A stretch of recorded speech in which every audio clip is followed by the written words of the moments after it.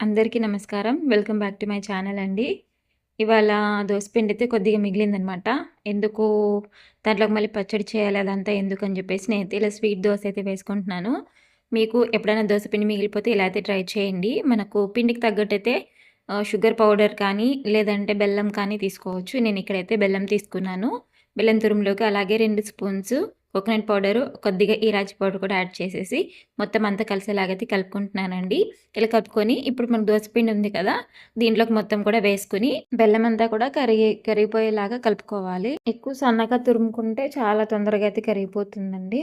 ఇలా పొడి పొడిగా చేసుకొని చక్కగా అంతా కలిసేలాగా కలుపుకుందాము. ఎప్పుడైనా స్వీట్ తినాలనిపించినప్పుడు దోసపిండి ఉంటే ఒకసారి అయితే ఇలా స్వీట్ దోశ అయితే వేసుకోండి, చాలా బాగుంటుంది. బెల్లం అయితే ఆల్మోస్ట్ అంతా కరిగిందండి. ఇప్పుడు మనమైతే పెనం మీద ఆయిల్ అయితే అప్లై చేసేసుకొని దోశ అయితే వేసేసుకోవచ్చు.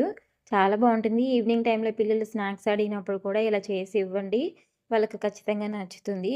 ఇలాగే మనము గోధుమ పిండితో కూడా దోశలు చేసుకోవచ్చండి, చాలా బాగుంటుంది అది కూడా.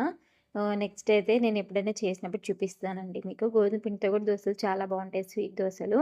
ఇక్కడ చూడండి, దోశ వేసాక పైన కూడా నేను కొంచెం బెల్లం తురుము అయితే వేసుకుంటున్నాను.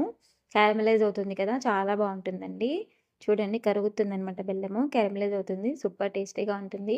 లైట్‌గా ఉంటుందండి, ఎక్కువ స్వీట్‌గా ఉండదు. మైల్డ్ స్వీట్ ఉంటది. చాలా బావుంటది. దీంట్లోకి ఇంకేం అవసరం లేదు. హ్యాపీగా స్వీట్‌లాగా ఒక స్వీట్ దోసలాగా అయితే ఎంజాయ్ చేయొచ్చు, చాలా బావుంటది. ఎప్పుడైనా స్నాక్స్ పిల్లలు అడిగినప్పుడు ఇలా చేసి కూడా మనం బాక్స్ కూడా పెట్టొచ్చండి పిల్లలకి. స్నాక్స్‌లాగా కానీ ఏమైనా బ్రేక్ టైమ్‌లో తినడానికి కానీ కూడా పెట్టొచ్చు. బాగా చక్కగా పిల్లలకి నెయ్యితో వేసి చేసి రోల్ చేసి పెట్టండి, చాలా బాగా నచ్చుతుంది పిల్లలకి. చాలా బాగున్నాయండి, నేను నిజంగా చెప్తున్నాను. ఎంత బాగున్నాయంటే అంత బాగున్నాయి దోసలు. నేనైతే హ్యాపీగా ఎంజాయ్ చేశాననమాట. బ్రేక్‌ఫాస్ట్ నేను ఇవే తిన్నానండి.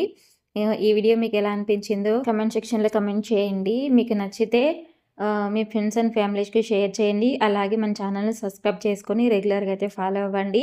ఇలాంటి చిన్న చిన్న టిప్స్‌తో మంచి మంచి రెసిపీస్ అయితే నేను వీడియోలో అప్లోడ్ చేస్తూ ఉంటాను. మీకు నచ్చితే ఖచ్చితంగా సబ్స్క్రైబ్ అవుతారని ఆశిస్తున్నానండి. ఒకసారి ట్రై చేయండి, ఖచ్చితంగా మీకు నచ్చుతాయని అనుకుంటున్నాను. ఈ వీడియో నచ్చినట్లయితే సబ్స్క్రైబ్ అయితే అవ్వండి. Thanks for watching. Bye bye friends.